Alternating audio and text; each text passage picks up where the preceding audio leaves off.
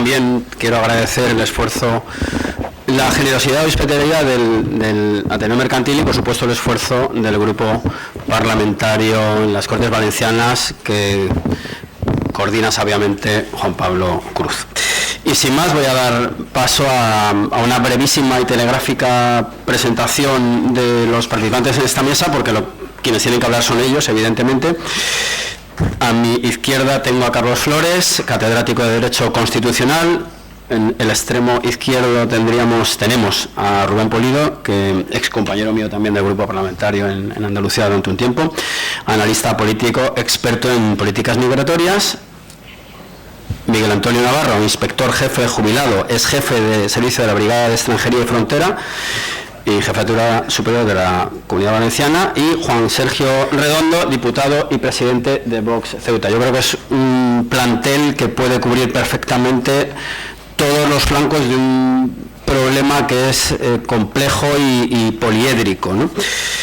Entonces yo lo que les pediría, y con la brevedad que exige el horario que manejamos, que pretendemos que esta mesa acabe a la 1:10 aproximadamente, pues que nos den un panorama mínimo, unas pinceladas mínimas acerca de este problema y las posibles, si las hubiere, soluciones. Y después intentaré pues darles preguntas más concretas y, si es posible, hacer un debate entre todos ellos. Así que, don Carlos, adelante. Bueno, tenemos, como bien ha dicho el presentador, tenemos tiene usted la suerte de contar con un plantel, dos planteles en realidad enormemente diversos en cuanto a habilidades y en cuanto a experiencias que van a abordar las dos cuestiones que tenemos planteadas, la de la inmigración y la de la seguridad ciudadana, desde perspectivas distintas y complementarias. Desafortunadamente a mí me toca la perspectiva más aburrida y más tediosa, que es la del derecho, pero es a eso a lo que me dedico y es de lo único de lo que sea, aunque sea bien poco. Y respecto de esta cuestión, lo primero que tendría que decir, o lo más importante que tendría que decir, pues me lo acaba de pisar Javier Ortega Smith en el canutazo que ha hecho para los medios de comunicación hace unos minutos. No existe en nuestro derecho, en nuestro ordenamiento jurídico, un derecho a la emigración. La izquierda parlamentaria y la izquierda extraparlamentaria, los partidos y las ONGs que bailan a su son, han sido extraordinariamente hábiles a la hora de crear un mar de confusión que rodea la cuestión de la inmigración, hasta hacerla circular en paralelo con las cuestiones de los derechos humanos, del derecho a la vida, del derecho a la integridad física, y configurar la inmigración como una suerte de derecho subjetivo, en virtud del cual cualquier individuo que toque a la puerta de nuestras fronteras debería de serle franqueada la entrada, toda vez que no hacerlo, o simplemente toda vez que revisar las condiciones en las que viene, revisar el motivo por el cual toca a nuestras puertas, sería algo así como un acto de xenofobia o de racismo. Y eso no es así. No existe en nuestro derecho un derecho a emigrar, y tampoco existe, por supuesto, un derecho a inmigrar. No hay ningún artículo en la Constitución española que hable de ello, e incluso la norma de referencia en materia de derechos humanos, que es la Declaración Universal de los Derechos Humanos, en su artículo 13, habla o consagra el derecho de toda persona a circular libremente y a elegir su residencia en el territorio de un Estado, o del derecho a salir de cualquier país, incluso del propio, y a regresar a su país, pero no consagra ningún derecho a entrar en un país distinto del propio o a circular por un país que no sea el propio. Tocamos materias de derechos humanos, de derechos fundamentales, cuando tocamos casos, o cuando tratamos con casos de persecución, pero ahí la figura jurídica relevante a este respecto es la del asilo, la del derecho al asilo. Nuestro ordenamiento jurídico sí que nos obliga a brindar asilo a cualquier persona que, debido a un miedo fundado a ser perseguido por razones de raza, religión, nacionalidad, membresía de un grupo social o de opinión política en particular, se encuentre fuera de su país de nacimiento y sea incapaz, o debido a tal miedo no esté dispuesto a servirse de la protección de aquel país. Cuando está en peligro la vida y la integridad física de una persona, sea cual sea su nacionalidad, que es perseguida por las razones que ha apuntado en su país de origen, España, como cualquier país civilizado, como cualquier persona civilizada y con sentimientos, tiene la obligación de brindarle una protección. Pero extender ese derecho y ese deber a cualquiera que considere que entre nosotros sus condiciones de vida van a mejorar, o cualquiera que considere que nuestro clima es más agradable, o cualquiera que considere que nuestro país va a disponer de ventajas sociales de las que no dispone en el suyo propio, constituye una confusión en los términos, una confusión que la izquierda intencionadamente utiliza y que nos ha llegado a pensar o a tener la convicción interiorizada de que España debe de tener sus puertas abiertas. No, España tiene el derecho legítimo, como cualquier otro país, a regular en función de los criterios que la propia ley fija, y después hablaremos de ellos, quién debe y quién no debe serle flanqueada la entrada. Yo con eso creo que marcaría, repito, en sus debidos términos la cuestión que vamos a abordar. Muy bien, pues Rubén, todo tuyo.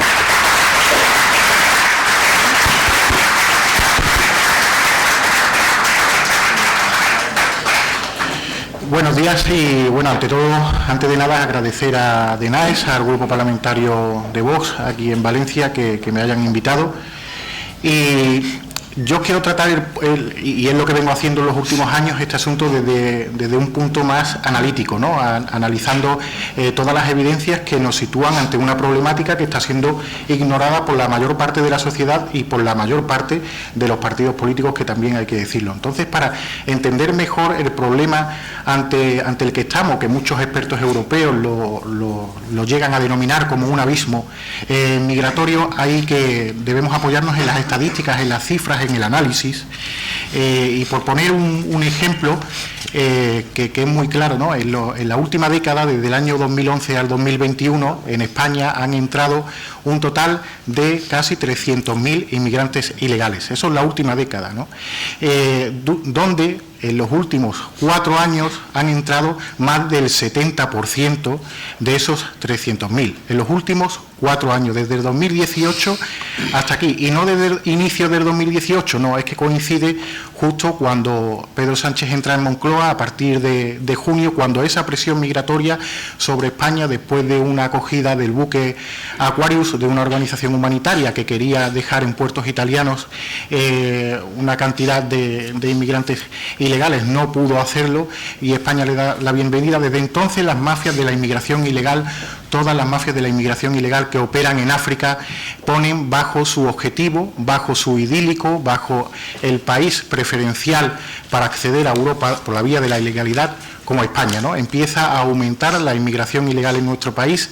Las cifras marcan récord en el año 2018, y desde entonces, para que lo entendamos fácilmente, España no ha levantado en ese aspecto cabeza. Y no ha levantado cabeza porque no ha logrado no solo solucionar el problema, sino aplicar esas medidas, aplicar esa determinación política, o llevar a cabo esas relaciones exteriores, ¿no?, necesarias para solucionar este asunto. Nos hemos visto abocados a una espiral de chantaje económico, donde hemos supeditado el control de estos flujos migratorios a terceros países, y donde, dependiendo del dinero que reciba Argelia, Marruecos, Mauritania o todos los países del Sahel, el conjunto de los países del Sahel, pues tendremos más o menos inmigración ilegal. Y así no se controla un problema. Un problema se controla tomando parte activa en la solución, y no estamos tomando parte activa y estamos delegando todo ese control a terceros países. Luego se ha hablado de derechos humanos. A mí me hace mucha gracia cómo la izquierda utiliza esos derechos humanos,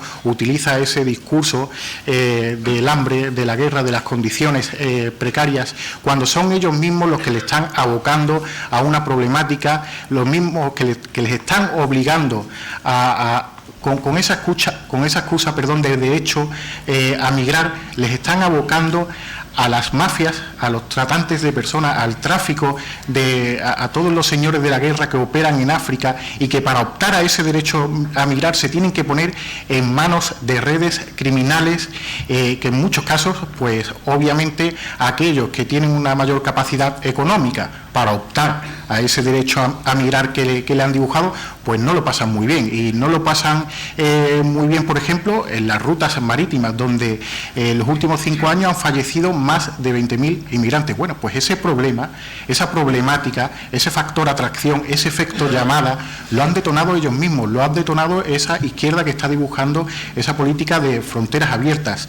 Si no hay operativos de este tipo, operativos de rescate cercanos a costas libias, cercanos a costas marroquíes, cercanos, para estas mafias de la inmigración ilegal no tendría ningún tipo de sentido fletar embarcaciones y por ende dejaría de perder la vida muchas de las personas que pierden la vida, y es ese el argumento que está utilizando precisamente la izquierda para tratar de justificar todas las políticas que se están llevando a cabo en los últimos años.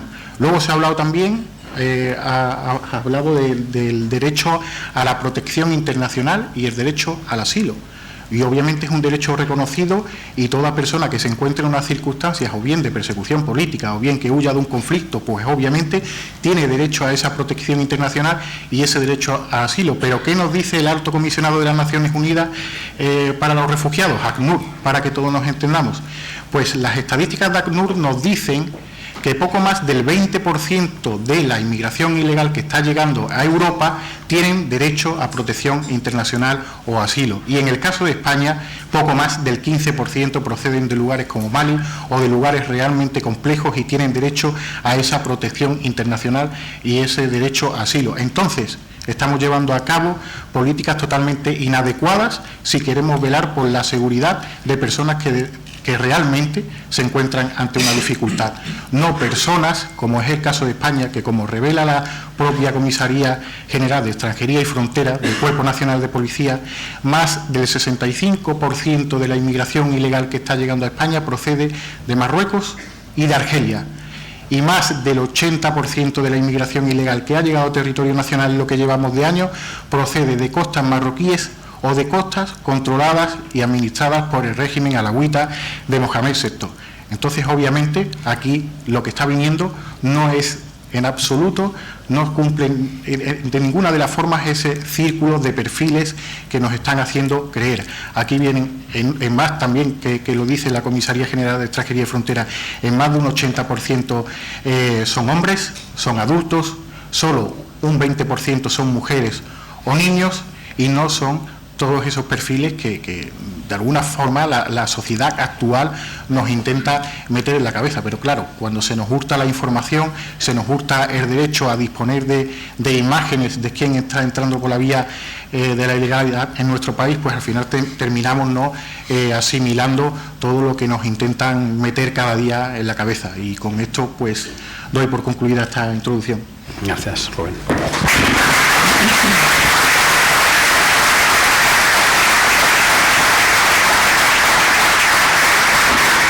Bueno, pues tiene la palabra en el mismo sentido don Miguel Ángel Navarro.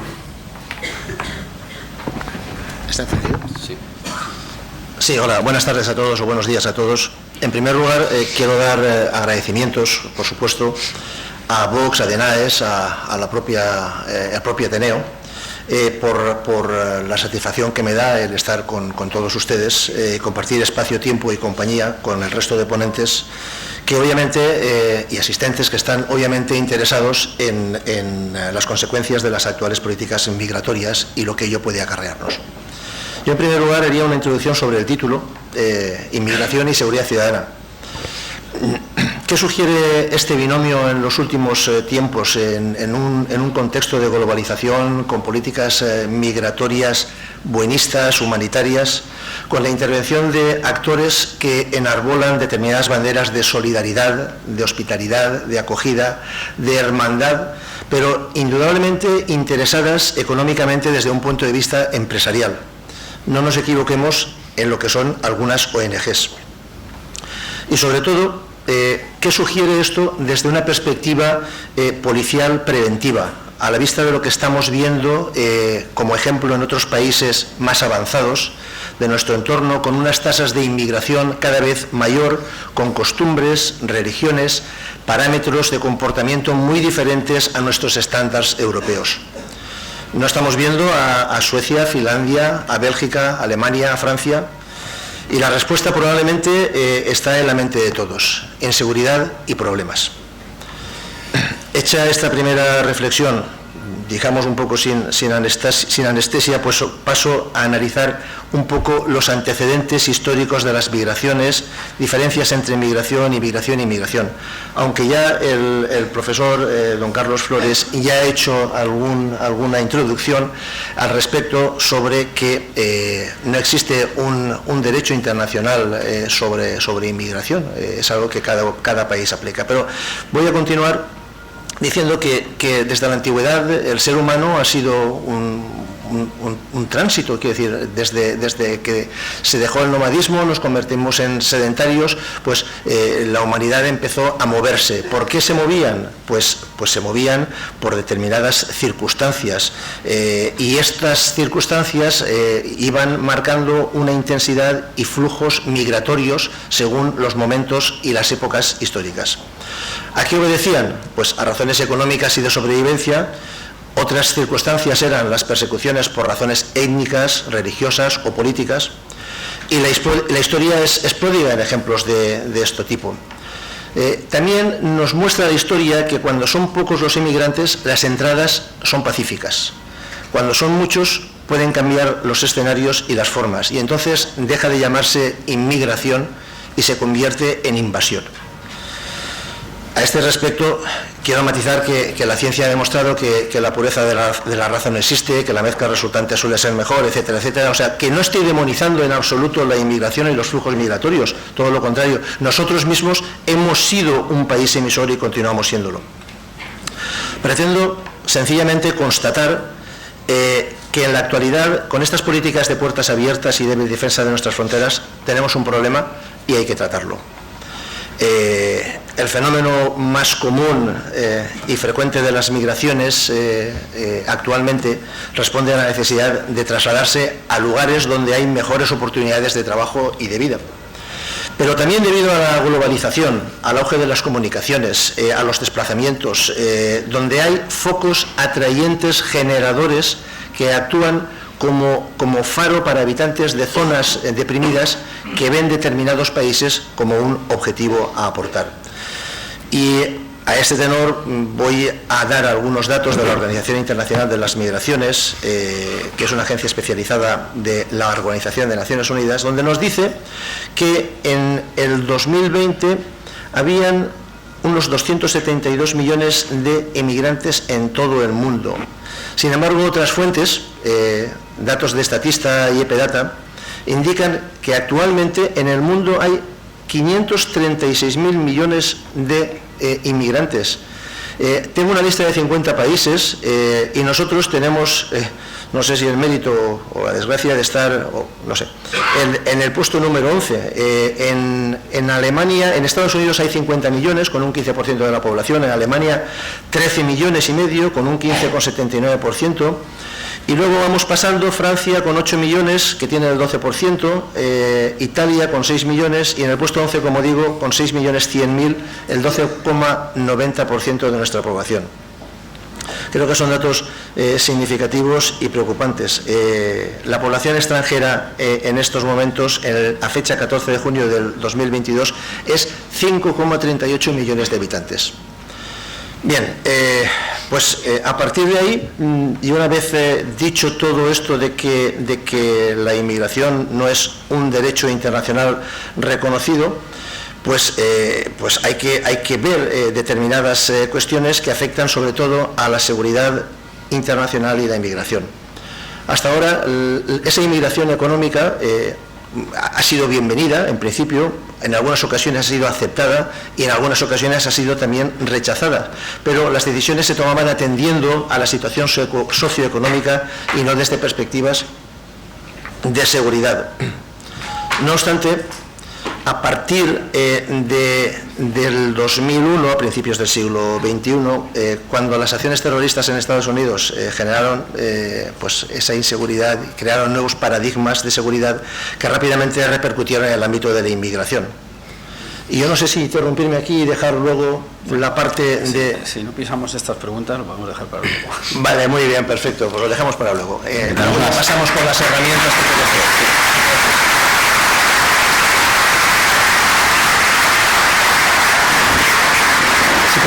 La idea es hacer una misión más o menos general y luego tengo una serie de preguntas. Algunas ya se responden en la propia intervención inicial, pero vamos a intentar dosificarnos y luego, si se puede, se abre más el abanico de intervenciones. Así que, Juan Sergio, adelante.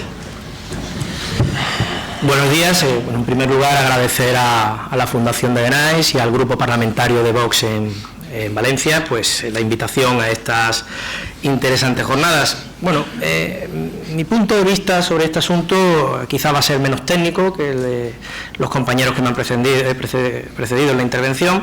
Va a ser visto desde la experiencia de una persona que vive en Ceuta, que es puerta de entrada a toda esta inmigración que busca llegar a la península o al resto del continente europeo. Una situación, como digo, que es toda una experiencia para aquellos que nos toca pues luchar precisamente por mantener la españolidad de aquellas tierras y por evitar que esta inmigración ilegal acabe colapsando ciudades con las características. Son ciudades pequeñas, como puede ser Ceuta, Melilla o nuestras Islas Canarias. Pero bueno, yo quería centrarme en mi intervención en tres aspectos. En Ceuta podemos distinguir dos tipos de inmigración.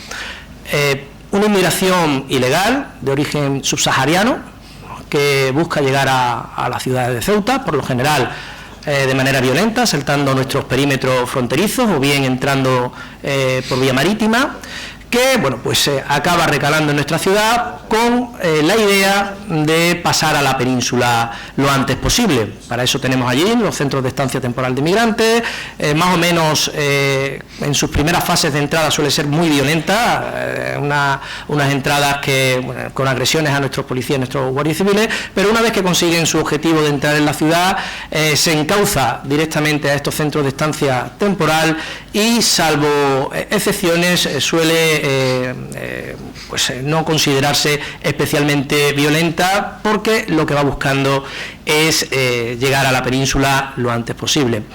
Pero también tenemos una inmigración de origen magrebí y de origen marroquí que su fin no es pasar directamente a la península, es asentarse en la ciudad de Ceuta, y podemos decir que esta inmigración es un arma política que utiliza el Reino de Marruecos para su objetivo final, que es el de marroquinizar la ciudad de Ceuta y Melilla y anexionarse los territorios.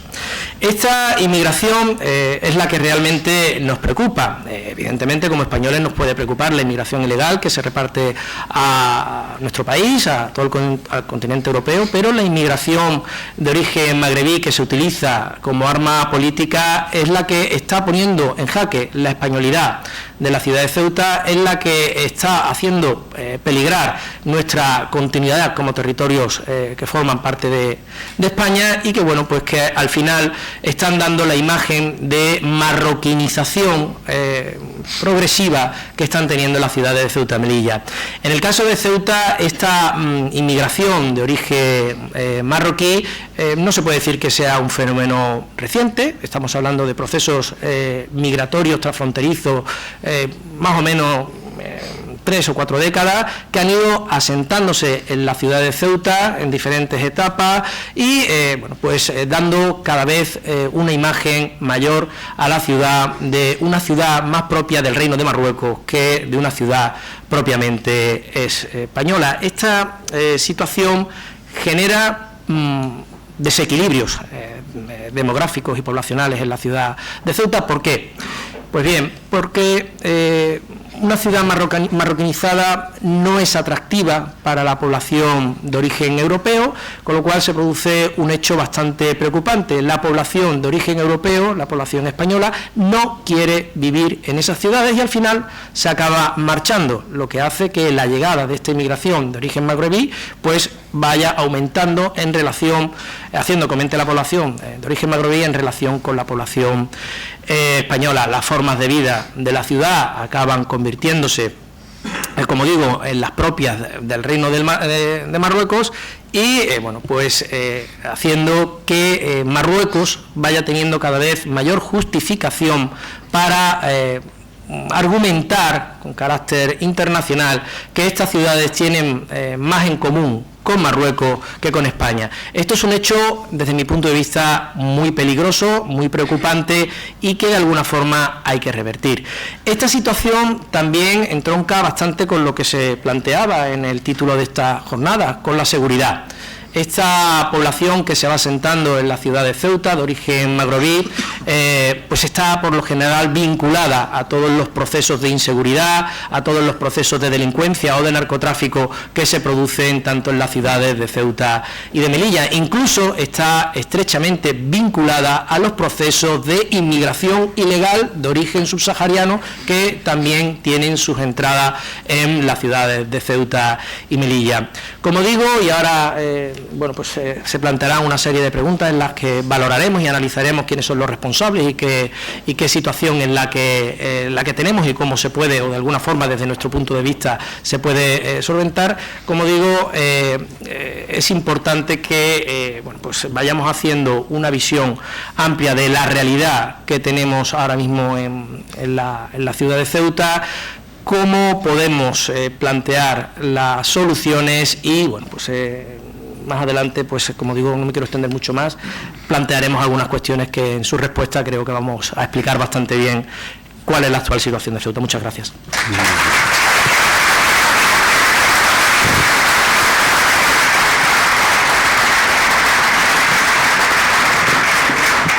Bueno, pues como decía, teníamos una batería de preguntas, pero evidentemente en las primeras intervenciones algunas se han respondido ya. Entonces, como vamos a seguir el mismo orden que hemos establecido, una que ha quedado sin responder, creo, es la que voy a formularle a don Carlos Flores, que es ¿a quién compete la regulación de los flujos migratorios y de qué modo se regulan por parte de los Estados europeos? Porque claro, la idea a veces que se nos transmite es que es una política estrictamente europea, pero habrá sus peculiaridades. Entonces es un poco lo que querríamos conocer. Bueno, la libertad de circulación en el seno de la Unión Europea, a la que España pertenece, es uno de nuestros derechos fundamentales, es uno de los derechos fundamentales que nos asiste en tanto que ciudadanos de la Unión Europea. Se encuentra consagrada en los tratados constitutivos y se articula a través del espacio de libertad, de seguridad y de justicia, y por la ausencia, y se traduce por supuesto en la ausencia de fronteras interiores en la Unión Europea. Desde mi punto de vista, como persona que se considera cosmopolita, que ama viajar y que viaja constantemente, es una de las libertades recién conquistadas o adquiridas como consecuencia de nuestra pertenencia a la Unión Europea, más cara para mí, y desde luego creo que más fértil o que más feraz.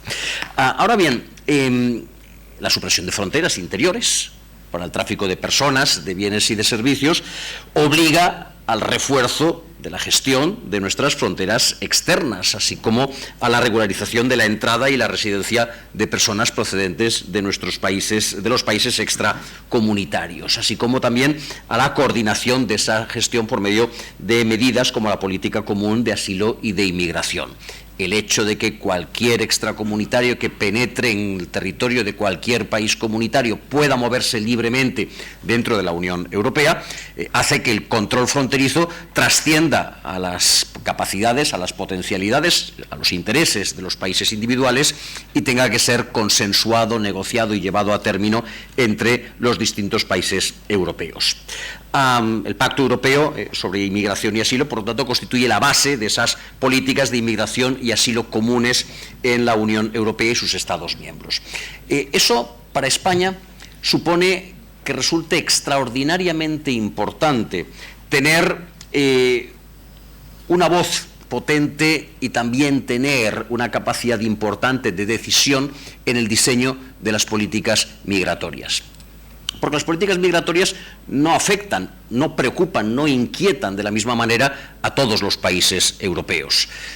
inquietan de manera muy especial a aquellos que tenemos fronteras exteriores de la Unión Europea, que tenemos la obligación de preservar esas fronteras y que tenemos además el riesgo de que esas fronteras sean franqueadas y de que conviertan a nuestro país en un país de acogida involuntariamente o en un país también de tránsito.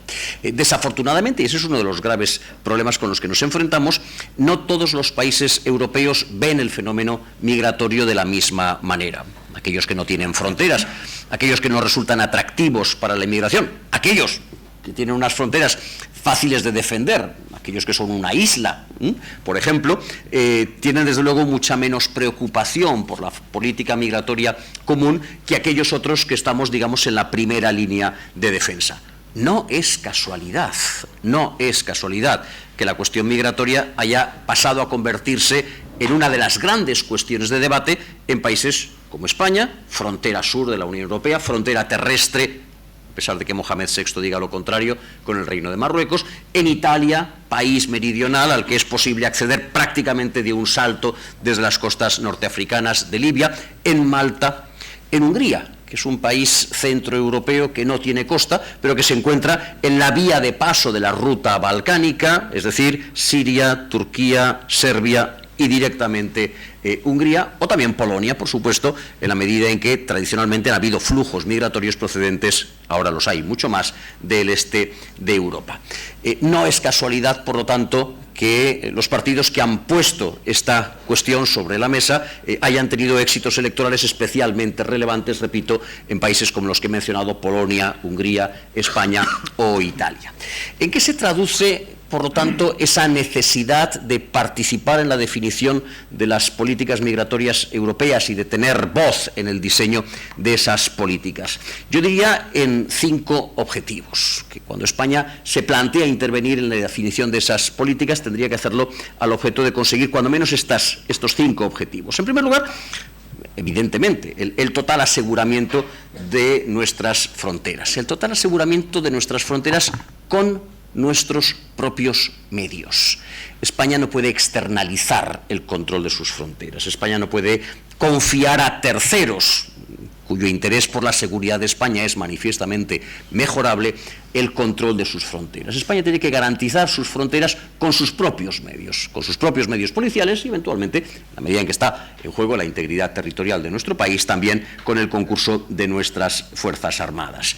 Que nuestras Fuerzas Armadas y que nuestros medios policiales estén infradotados y que tengamos que externalizar el control de nuestras fronteras transmitiendo fondos a otros países para que detengan a los inmigrantes en algún otro lugar de esa vía migratoria, constituye, desde mi punto de vista, un importante error estratégico.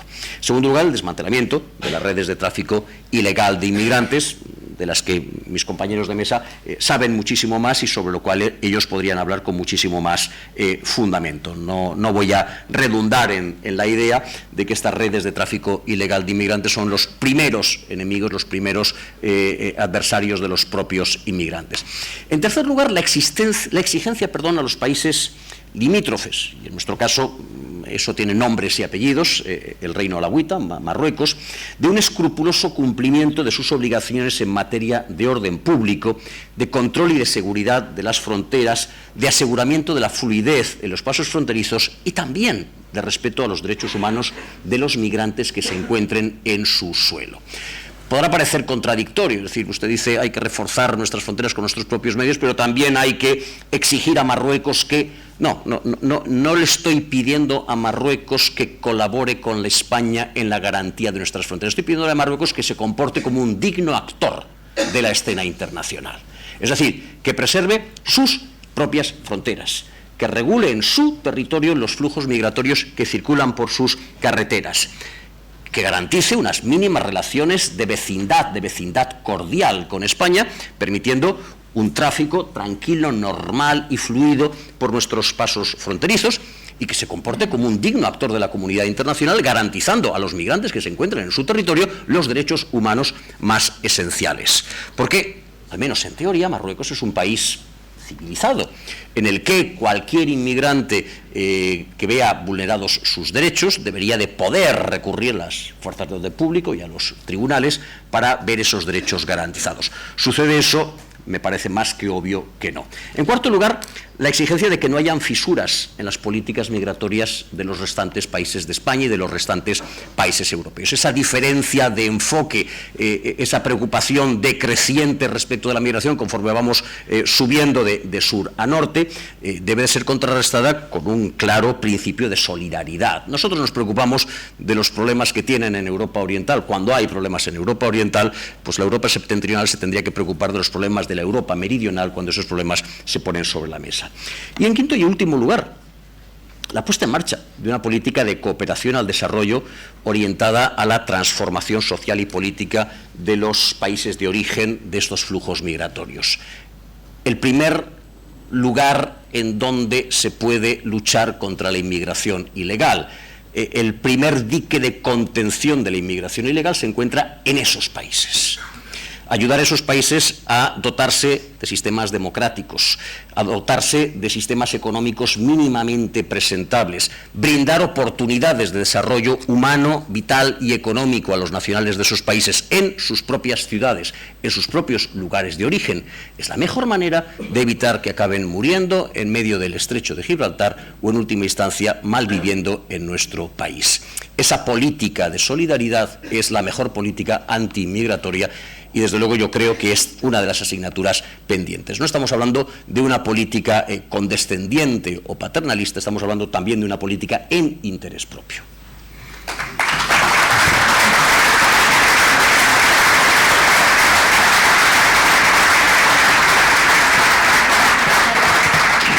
Pues Rubén, yo te quiero hacer un par de preguntas. ¿Qué nos puedes decir acerca de la ruta argelina y las llegadas a Almería, a Levante, por estar en Levante como estamos hoy aquí, y sobre todo que ahondaras más en el papel que juegan las ONGs en todo este tráfico, flujo, como le quieras llamar? Pues a ver, esa ruta argelina es una ruta que se ha venido activando desde el año 2019, ¿no? Es cuando se empieza a despertar todo ese flujo de desplazamientos que se produce desde territorio argelino, con destino a la provincia de Almería, la zona de Levante y Baleares. De hecho, el año pasado cerró con más de 550 embarcaciones llegadas solo a la provincia de Almería, que no se dice nada porque se desconocen los datos, pero para que os hagáis una idea, es el número de más de un número superior de embarcaciones que llegó a todo el archipiélago canario, ¿no? Con la magnitud de la presión migratoria que hay en el archipiélago canario en estos momentos. Y toda esa inmigración ilegal que llega procedente de Argelia a la provincia de Almería, a la zona de Murcia, zona de Alicante, obviamente todo eso no se queda ahí, todo eso va teniendo un curso hacia toda la comunidad autónoma en busca en algunos momentos de sistemas de acogida, de todos esos programas en los que se viene incluyendo a esta inmigración ilegal, que en un principio, lejos de entrar en todos esos programas de tutela y de acogida, lo que se debería de aplicarles es la propia ley de extranjería, y en lugar de un centro de tutela autonómico en el caso de los menores, o en lugar de pasar a centros de Cruz Roja en el caso de los adultos, donde deberían de entrar en un centro de internamiento de extranjeros hasta la resolución de sus expedientes, que así lo contempla la propia ley de extranjería, y si no tienen derecho a protección internacional, no tienen derecho a asilo, no tienen derecho a permanecer en territorio, deben de ser deportados a sus países de origen. Y es una medida de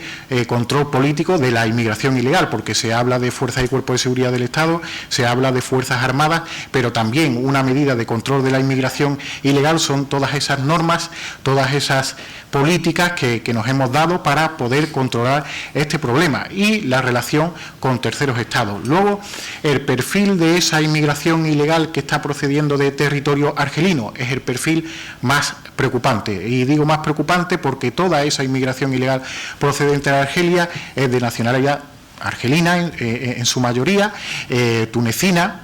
Vienen inmigrantes ilegales de Egipto también a través de esa ruta, de origen afgano, e incluso se está detectando la presencia de inmigración ilegal procedente de Bangladesh. El que sea en su mayoría de origen argelino también nos debe preocupar ante una situación política en Argelia donde hay diferentes facciones políticas contrarias al régimen, y obviamente no es el perfil más dócil a la hora de integrarse en nuestra sociedad. Luego también está la expansión expansión de una célula yihadista, Jun al-Khalifat, y miembros de Jun al-Khalifat, yihadistas, soldados del Daesh perteneciente a Jun al-Khalifat, ya han utilizado la ruta argelina como alternativa para entrar en España sin ser detectados. ¿Por qué se da esta circunstancia? Por lo que he mencionado antes. Hay una fuerte presión logística, hay un gran número de embarcaciones procedentes de Argelia que está saturando los servicios policiales en Almería, en Murcia, en Alicante, en área de Baleares, y muchas de estas embarcaciones escapan a todo tipo de control policial. Por poneros un ejemplo, en abril del 2020, en pleno centro de Almería, se detiene a Abdel Bari. Abdel Bari era un soldado del Daesh de los más buscados a nivel internacional, que de origen egipcio había aprovechado esta circunstancia para acceder a territorio nacional sin ser detectado. Había escapado al control policial argelino porque estaba en Argelia intentando expandir su área de acción. Pues había accedido a España en un momento en el que más de una veintena de embarcaciones estaban accediendo a todas las costas de Almería, y en una de esas embarcaciones que no fue interceptada, pues iba Abdel Bari, quien estaba en el centro de Almería, y gracias a una colaboración policial, que también hay que decir que en estos momentos por esas distancias diplomáticas está en riesgo, gracias a esa colaboración policial con las autoridades argelinas, pues se logra dar con el paradero de Abdel Bari, y recientemente, a últimos del año pasado, pues también se da con el paradero de 5 yihadistas en Barcelona, que precisamente también habían utilizado la ruta argelina para acceder a Europa sin ser detectados, la ruta argelina y obviamente territorio español para acceder a Europa. Es decir, están entrando, la yihad está utilizando la inmigración ilegal y está utilizando una ruta y un territorio en el que vivís todos los que estáis aquí presentes.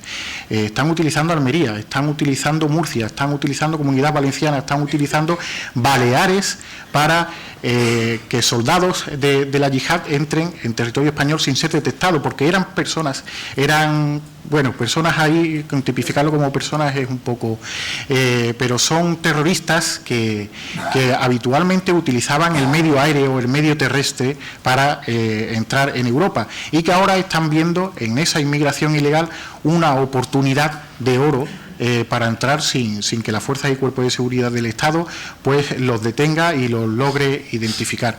Y eso, dentro de toda esa ruta argelina, pues es lo que más me está preocupando en estos momentos, que lejos, ¿no?, de relajarse esa presión migratoria procedente de Argelia, pues está en aumento en estos momentos.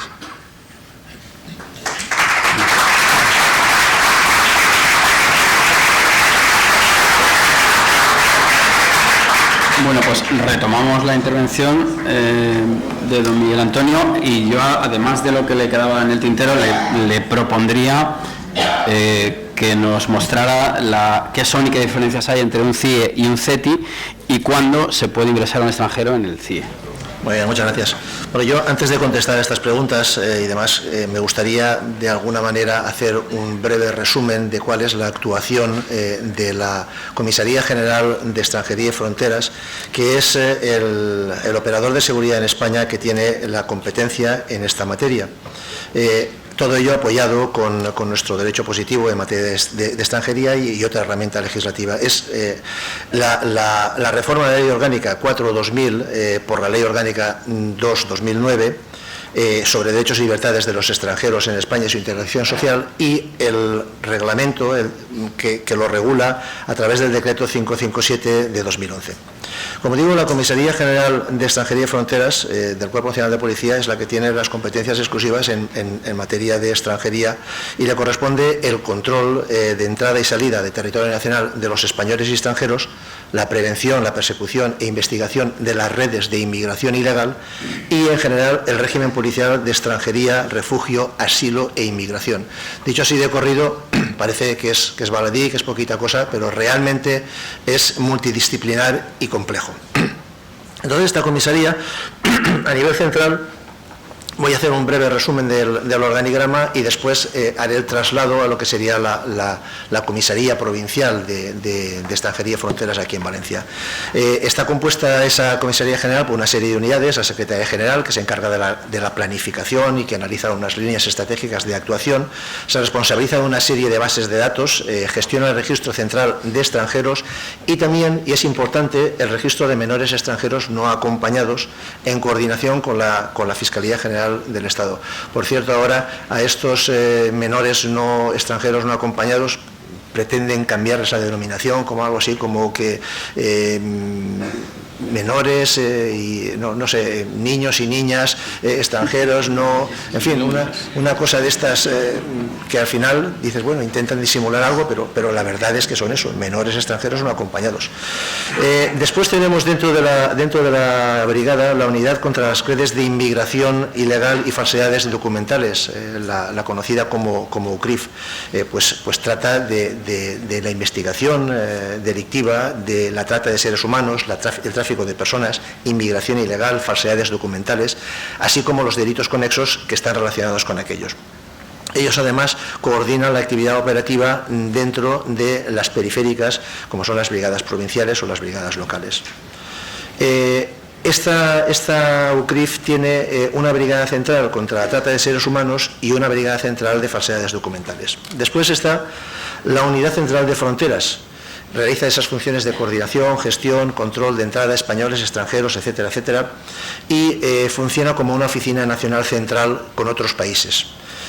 Tiene una brigada de respuesta de la inmigración clandestina que se llama la BRIC y tiene un servicio operativo de puestos fronterizos, asilo y refugio. Como vemos, la red se extiende, ¿no? Quiero decir, cada vez vemos que estamos tratando más cosas. Luego hay una sección de protección internacional, asilo, protección subsidiaria y apátridas, y después tenemos una sección técnica de coordinación y estadística que es una sección de apoyo. Todo esto viene marcado también por unas exigencias de esos operadores extranjeros o multinacionales, en este caso Frontex, que es la Agencia Estatal de Fronteras, que pues está financiada por la Unión Europea y contribuciones de los países asociados de Schengen, y que en estos momentos cuenta con más de 1.500 funcionarios de los Estados miembros que están desplegados por todos los territorios de la Unión, precisamente para la lucha contra la inmigración. Después está la Unidad Central de Expulsiones y Repatriaciones, la UCER. Dicho así también suena rápido, pero se encarga de la dirección, coordinación, organización, control de las expulsiones, devoluciones y repatriaciones, además de los extranjeros de menores, y el control y coordinación de los centros de internamiento de extranjeros, que vendrá luego al hilo de la pregunta esta que me has hecho, Iván. Tenemos un servicio de expulsiones de delincuentes extranjeros que se llama el SEDEX, un servicio de planificación, de movimientos y documentación, y el servicio de materialización. En la sala 4 de la Terminal 1 de Barajas se ha instalado ya un centro permanente para coordinar las repatriaciones que se realizan en avión desde Madrid. Y luego está el Centro Nacional de Inmigración y Fronteras, el CENIF. Se ocupa de partes de seguimiento de aplicación de la normativa de la Unión Europea Internacional, y a todos los efectos coordina todos los puntos de contacto nacionales integrados en esta Comisaría General. Y después de estructura territorial ya pasamos a ver cómo tenemos nuestra brigada aquí en Valencia, porque nuestra brigada en Valencia es una brigada tipo, es una de las que tiene de todo. Tenemos la UCRIF, como ya hemos dicho, tenemos un puesto fronterizo, tenemos un CIE, tenemos un grupo de documentación de españoles y extranjeros y una sección técnica que es la que apoya con un grupo de gestión. Dentro de la UCRIF tenemos permanentemente las 24 horas del día, 7 días a la semana, el CECOREX. El CECOREX, después tenemos dos grupos operativos que lo hemos dividido en hemisferio norte y hemisferio sur, y tenemos un grupo de inspecciones y tenemos un grupo de repatriaciones que se encarga únicamente de estos temas. Cada uno de estos grupos dentro de la UCRIF funciona de una manera independiente, pero a la vez coordinada con el resto de la brigada. ¿Cuáles son las funciones, por ejemplo, del grupo de repatriaciones? Pues estamos elaborando un censo de la población reclusa, extranjera, obviamente. Concretamos la situación administrativa y las actuaciones que procedan por si interesa la expulsión a cambio del cumplimiento de penas. El CIE realiza las gestiones para la materialización de expulsión de la población extranjera que está interna. Tenemos un tipo de expulsiones cualificadas que son las de 72 horas, entonces son las que tenemos que hacer a los extranjeros que se encuentran en situación de irregularidad, que bien se hallan en libertad porque la autoridad judicial lo ha estimado pertinente por la no concesión del CIE o porque ya han pasado el tiempo de permanencia máxima en el CIE. Los grupos de investigación para redes y falsificaciones, pues como ya he dicho, se ocupan de inmigración ilegal, falsificación de documentos, trata de seres humanos, delitos relativos a la prostitución, delitos de los derechos de los ciudadanos extranjeros, delito del derecho de los trabajadores. Colaboramos activamente con el Ministerio de Trabajo y Seguridad Social. Después, este CECORES del que he hablado, que es el centro de coordinación que funciona 24/7, es para el asesoramiento al resto de las unidades policiales sobre la actuación a seguir con ciudadanos extranjeros a los que se les para o se les detiene en situación irregular. Hacen la tramitación y la instrucción de esos expedientes de expulsión, notifican las resoluciones de expulsión o las sanciones económicas si corresponden, y también realizan esa tramitación y recepción de menores extranjeros no acompañados hasta su ingreso en los centros de menores o cuando se determina la mayoría de edad a través de pruebas médicas adecuadas para un posible ingreso en CIE. Los grupos de gestión, este grupo de gestión que también parece que dice, bueno, así genéricamente, ¿qué hace? Pues hace entrevistas para matrimonio, para la gente que dice que quiere casarse, comprobación de convivencias reales, detección de matrimonios de conveniencia, realiza las prólogas de estancia con o sin visado, cartas de invitación, títulos de viaje, Dublín, asilo, trámites de MENA, realización de informes favorables o desfavorables de las solicitudes de residencia de los extranjeros residentes en España. Continuamos con más actividades de la brigada. Pues en el puesto fronterizo marítimo que tenemos, pues dicen, parece que están allí simplemente y ya está, ¿no? Pues nada, pues control documental de todas las personas que embarcan y desembarcan en el puerto. Cuando nos viene la OPE, Operación Paso en el Estrecho, pues pueden imaginarse ustedes el trabajo extra que ello representa. El control e inspección de las tripulaciones de los barcos mercantes, barcos de recreo en los puertos deportivos. La expedición de visados para los submarinos en tránsito, los polizones, tratamiento especial, y las solicitudes de protección internacional que se realizan allí mismo en el puerto. Y luego ya nos falta hablar del CIE, que también lo tenemos aquí, es uno de los 5 que hay en España, junto con 2 CETIs, y en el CIE de lo que se encargan es de la seguridad de los centros de personas que se encuentran en ellos, por resolución judicial, obviamente, evitando perturbaciones y procurando que el orden se mantenga. ¿Qué hacen allí en el CIE? Pues gestión relativa a la tramitación de los expedientes de expulsión y permanencias en este centro extranjero, con sometimiento a las funciones de la autoridad judicial. Y entonces, ahora yo pasaría a responder a esa pregunta de diferencia entre CIEs y CETIs.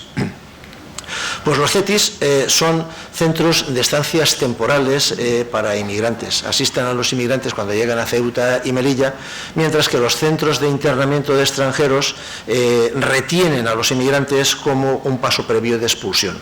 Los CETIs dependen del Ministerio de Inclusión, Seguridad Social y Migraciones, y como he dicho existen 2 en España, que es el de Ceuta y el de Melilla, cada uno de ellos con 512 y 480 plazas. Dicen que son centros habilitados de manera transitoria o temporal, pero en fin, yo creo que esto va a ser de los que van a estar durante muchísimo tiempo. Yo creo que con esto he dado por respuesta.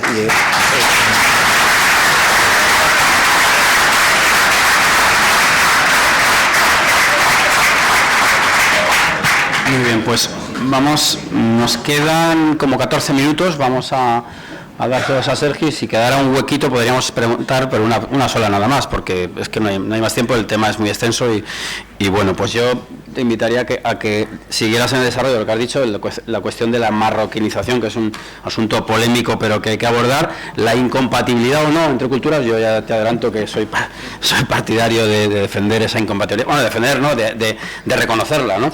Y luego, hombre, no me resisto a que comentes las últimas declaraciones de de Mohamed VI, en el sentido de decir que Melilla es un presidio, es Ceuta otro presidio. En fin, yo creo que con eso te dejo el toro en suerte. La verdad es que el tema este da para una tesis doctoral, o sea, podemos estar aquí hablando horas y horas porque es verdaderamente preocupante y complejo. No va a hacer una tesis doctoral, pero sí que adelanto que se va a celebrar en Frontera Sur próximamente, donde estos temas se ampliarán debidamente. Bien, sí, ahí extenderemos un poco más la cuestión. Y sí, algunas pinceladas en un tema muy complejo, el proceso de marroquinización que se está viviendo en la ciudad de Ceuta y Melilla. Como digo, esa es una inmigración que nos preocupa directamente en la ciudad de Ceuta, porque rompe el equilibrio demográfico que ha caracterizado a estas ciudades durante décadas. Como decía también al principio, la inmigración de origen subsahariano, o sea, se ha explicado aquí la referencia a lo que sería un centro de estancia temporal de inmigrantes, entra en el CETI y cada X tiempo va teniendo salida a la península. Ningún inmigrante subsahariano quiere quedarse en Ceuta ni quiere tener ningún tipo de vínculos con la ciudad. Su único objetivo es pasar a la ciudad para después seguir su camino hacia la península al resto del continente europeo. En el caso, como digo, de la población o de la inmigración de origen marroquí, es un arma política, lo utiliza Marruecos con el objetivo directo de subvertir, de revertir o de suplantar de alguna forma la población que ha caracterizado, las características de la población que ha tenido la ciudad de Ceuta y Melilla durante siglos. Quería hacer mención aquí, tenía algunos datos porque son bastante interesantes, analizando algunos documentos de cara a esta intervención. Llegó a mi poder un documento que elaboró el Instituto Elcano allá por el año 2015, tomando como referencia datos en los años entre 2006 a 2011, 2012 y 2013, y ya era preocupante lo que planteaba. Un punto que marqué en el momento en el que estaba preparando esto, decía que para 2013 el 50% de la población en Melilla, un 30-40%, nosotros vamos un poco por detrás en este caso con Melilla, en lo que a la población de origen marroquí se refiere, pero el canon cifraba en un 50% la población de origen marroquí que ya estaba afincada en la ciudad de Melilla. Como digo, un 30-40% en la ciudad de Ceuta para 2013. Un 70% entre los escolares es de origen árabe o bereber. Estamos hablando del año 2013, estamos en 2022, casi 10 años. Esto, evidentemente, ha crecido en un 200% en estos últimos 10 años, o sea que ahora estamos en cifras peores a las que el Instituto Elcano ya marcaba en el año 2013. En ese mismo año hablaba de que el 22%, de la población de Melilla era nacida en Marruecos, frente al 16% que en esta misma situación se había producido en el año 2006, mientras que en Ceuta los nacidos en Marruecos eran del 10% y el 7% en 2006. Las previsiones que tenemos de este crecimiento de la población de origen marroquí para los próximos 10 años duplican las que se supone que tenemos ahora con respecto a los que teníamos en 2013, con lo que la población para las ciudades de Ceuta y Melilla, quizás en las previsiones para el 2030, sea de un 70% de la población local en Ceuta de origen marroquí, pues por un 80 o un 90% en la ciudad de Melilla. Esa situación provoca un proceso de marroquinización absoluta, porque estas personas que vienen a la ciudad de Ceuta a la ciudad de Melilla, quitando un porcentaje muy limitado que quiera integrarse o que quiera vivir conforme a parámetros de vida propios de Europa, de Occidente o españoles, como digo, son minoritarios. La gran mayoría quiere vivir conforme a estilos de vida propios de Marruecos, con lo que la apariencia de las ciudades de Ceuta y de Melilla en estas proporciones de población no tienen más remedios que parecer, pues como digo,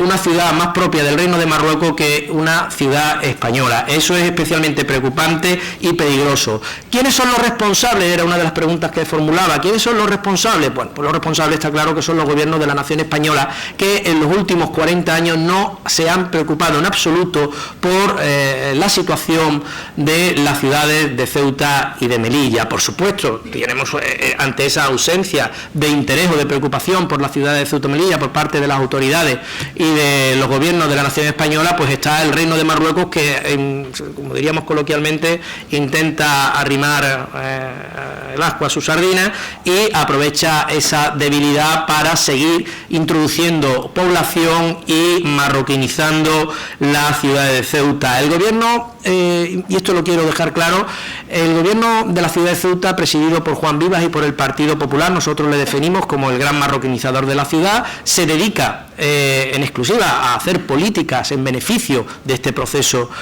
marroquinizador. Habéis podido ver recientemente cómo ya tenemos en el calendario laboral de la ciudad no solo la fiesta del sacrificio como festivo local, sino que recientemente se ha incluido la fiesta del final del Ramadán en el calendario laboral de la ciudad, que son festivos de la ciudad de Ceuta. Eso no lo han hecho los partidos que nosotros definimos como pro-marroquíes o islamistas, que están en minoría en la Asamblea de la ciudad de Ceuta. Eso lo ha hecho el Partido Popular con sus mayorías, que viene teniendo desde los últimos 20 años mayoría absoluta, ahora con una mayoría minoritaria, pero que sigue controlando el gobierno de la ciudad. Pues ese proceso de marroquinización lo fomenta también el Partido Popular, el partido del gobierno, pero es que no solo eso, es que además no solo aplica políticas que serían lo interesante, políticas de integración o de españolización de la propia población que se ha ido asentando en estos últimos 30 años, no, todo lo contrario, sino que está intentando, fomentando y financiando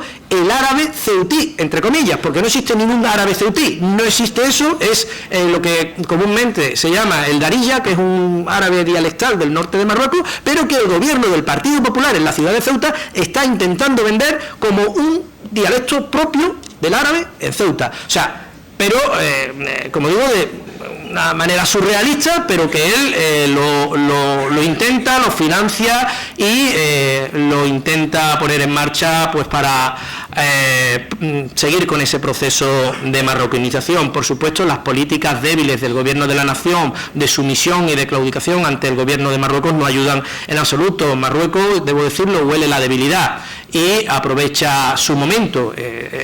Yo creo que Marruecos no va a encontrar un gobierno más débil en la historia de España que este, y entiende Marruecos que debe aprovechar el momento pues para seguir con este proceso de marroquinización que al final acabe en lo que él busca, que es la anexión.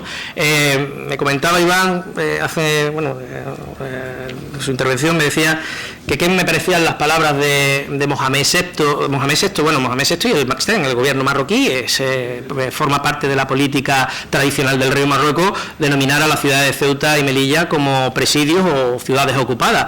Es que es lo que él considera. Marruecos considera que Ceuta y Melilla son ciudades ocupadas por España, no tiene ningún fundamento histórico, ningún fundamento político ni jurídico, pero él lo considera y se lo define con el título que, pues en un momento tuvieron estas ciudades como presidio en los tiempos de la monarquía hispánica. Pero, como digo, no es algo que nos sorprenda. Lo que nos sorprende es la ingenuidad, la inocencia o la estulticia del gobierno de Pedro Sánchez, que se piensa que hablando con los marroquíes va a conseguir que reconozcan la españolidad de Ceuta, va a conseguir no sé qué acuerdos comerciales, va a conseguir no sé qué control de inmigración o no sé qué historias pretende o se quiere arrogar que puede conseguir Pedro Sánchez, como digo, el presidente más débil y más vergonzante que va a tener la democracia española, y ya es difícil. Pero la cuestión es que Marruecos va a aprovechar todas y cada una de las oportunidades que tenga para seguir en su política de marroquinización, para seguir en su política de presión,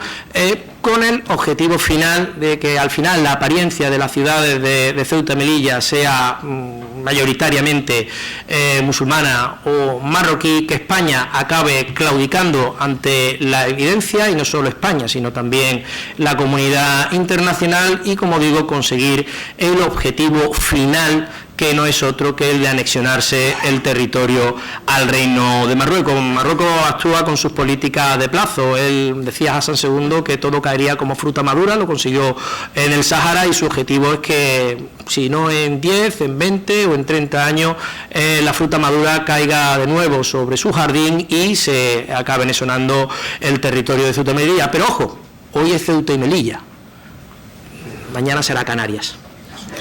Y la mancha de aceite seguirá extendiéndose, porque Marruecos está en una política agresiva, en una política imperialista, y en el concepto nacionalista marroquí, el único proyecto político territorial que existe es el Gran Marruecos, desde el Senegal hasta Toledo.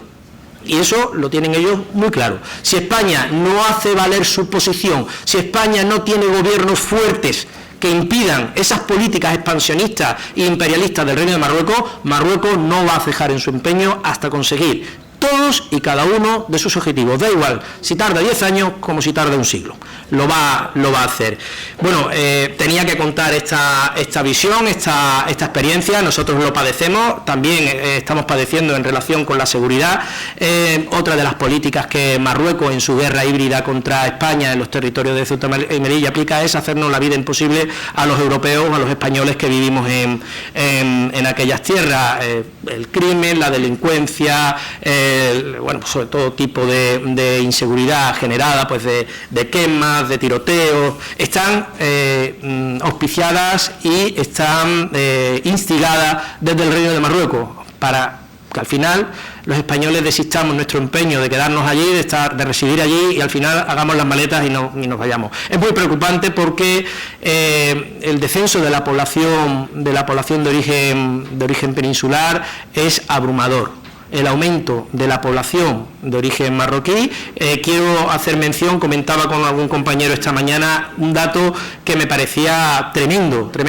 En 2020 y en 2021 se han otorgado casi 1000 nacionalidades españolas a residentes de origen marroquí en la ciudad de Ceuta, solo en la ciudad de Ceuta. Eso es, vamos, un suicidio, hablándolo de manera coloquial.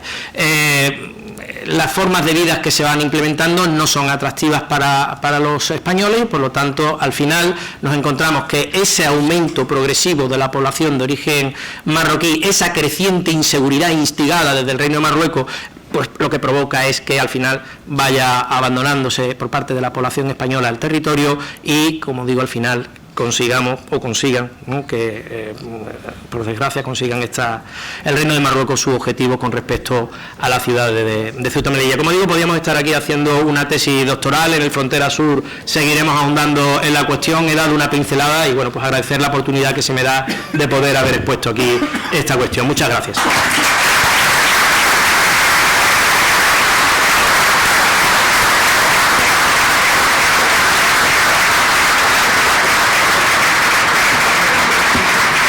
Bueno, pues cerramos esta mesa con una visión que no es apocalíptica, sino realista, que eso es lo más interesante del asunto.